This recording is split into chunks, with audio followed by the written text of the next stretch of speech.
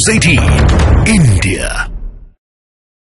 और इस बीच बात एक पॉलिटिकल ब्रेकिंग न्यूज की करेंगे। समाजवादी पार्टी कांग्रेस गठबंधन पर बड़ी खबर सामने आ रही है। एसपी कांग्रेस के बीच समझौता तय माना जा रहा है। समझौते का ऐलान किसी भी वक्त हो सकता है। हालांकि इससे पहले जानकारी ये आई थी कि सीट शेयरिंग को लेकर समाजवादी पार्टी और कांग्रेस के बीच में बात नहीं बन पा रही थी और इसीलिए अखिलेश यादव की ओर से कहा गया था कि भारत जोड़ो न्याय यात्रा में वो तब तक शामिल नहीं होंगे जब तक कि सीट शेयरिंग पर कोई बात नहीं हो जाती है। लेकिन अब जो जानकारी आ रही है वो ये कि समाजवादी पार्टी कांग्रेस के बीच समझौता तय हो गया है।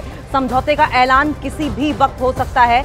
ये बड़ी खबर आ रही है सामने। समाजवादी पार्टी कांग्रेस के बीच सीट शेयरिंग को लेकर पहले बात नहीं बन पा रही थी, जिसको लेकर अखिलेश यादव की ओर से बार बार बयान भी दिए गए। हालांकि भारत जोड़ो न्याय यात्रा में शामिल होने के लिए एक टर्म एंड कंडीशन के तौर पर भी अखिलेश यादव की ओर से ये शर्त रखी गई थी कि जब तक सीट शेयरिंग का फॉर्मूला तय नहीं हो जाता है, कांग्रेस क्लियर नहीं कर देती है कि कितनी सीटों को लेकर बात बननी है, तब तक मैं भारत जोड़ो न्याय यात्रा में शामिल नहीं होऊंगा।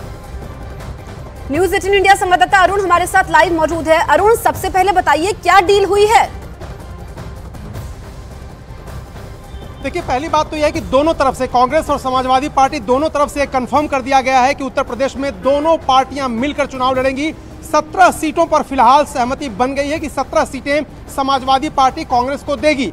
जो पेच फंसा था सबसे बड़ा, वो बनारस की सीट पर समाजवादी पार्टी ने उम्मीदवार घोषित कर दिया गया था, लेकिन बातचीत करने के बाद कांग्रेस को स्पष्ट कह दिया गया है कि यह सीट कांग्रेस को दे दी जाएगी। यानी प्रधानमंत्री नरेंद्र मोदी के मुकाबले कांग्रेस का उम्मीदवार खड़ा होगा और ज्यादा संभावना है कि अजय राय को वहां से पार्टी टिकट देगी। यानी वाराणसी की सीट समाजवादी पार्टी ने दे दी है कांग्रेस को। इसके अलावा अगर मैं बात करूं आपको, जो मुरादाबाद और रामपुर 2 सीटें मांग रही थी कांग्रेस, उनसे दावा छोड़ दिया है। यानी मुरादाबाद और रामपुर जो 2019 में समाजवादी पार्टी जीती थी, वही वहां पर लड़ेंगे चुनाव। इसके अलावा कांग्रेस आला कमान ने अखिलेश को जो सीटें दी थी उनमें 2 बदलाव मांगे थे। एक कि हाथरस समाजवादी पार्टी को वापस दे दे और सीतापुर ले लिया जाए। यानी कांग्रेस कह रही थी सीतापुर हमें दे दो, सीतापुर कांग्रेस को देने की बात हो गई है।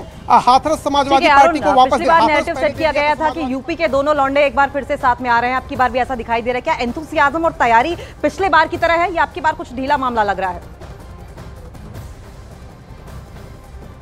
देखिए, अगर समझौता ये जिसका ऐलान कुछ घंटों में हो जाएगा, इस तरह के दावे दोनों पार्टियों की तरफ से किए जा रहे हैं, तो अगर ये सारी बातें कंफर्म हो गई हैं, सीटों की संख्या निर्धारित हो गई है और किस सीट पे कौन लड़ेगा ये तय हो गया है, तो अगले कुछ घंटे में ऐलान हो जाएगा। और अगर ये ऐलान हो जाता है, देखिए सबसे बड़ा जो संकट था दोनों दलों के सामने वो था मुस्लिम वोटर।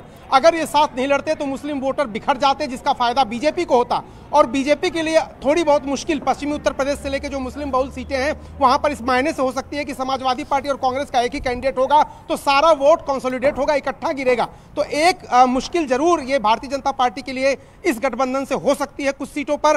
हालांकि भारतीय जनता पार्टी जो रणनीति अपना रही है वो एकदम अलग किस्म की है इस बार, और राम मंदिर के उद्घाटन के बाद उत्तर प्रदेश में एक अलग माहौल है। लेकिन समाजवादी पार्टी और कांग्रेस ने कम से कम, बिल्कुल अरुण, अब यही सवाल है कि ये गठबंधन कितनी बड़ी चुनौती बीजेपी को दे पाएगा। फिलहाल शुक्रिया आपका।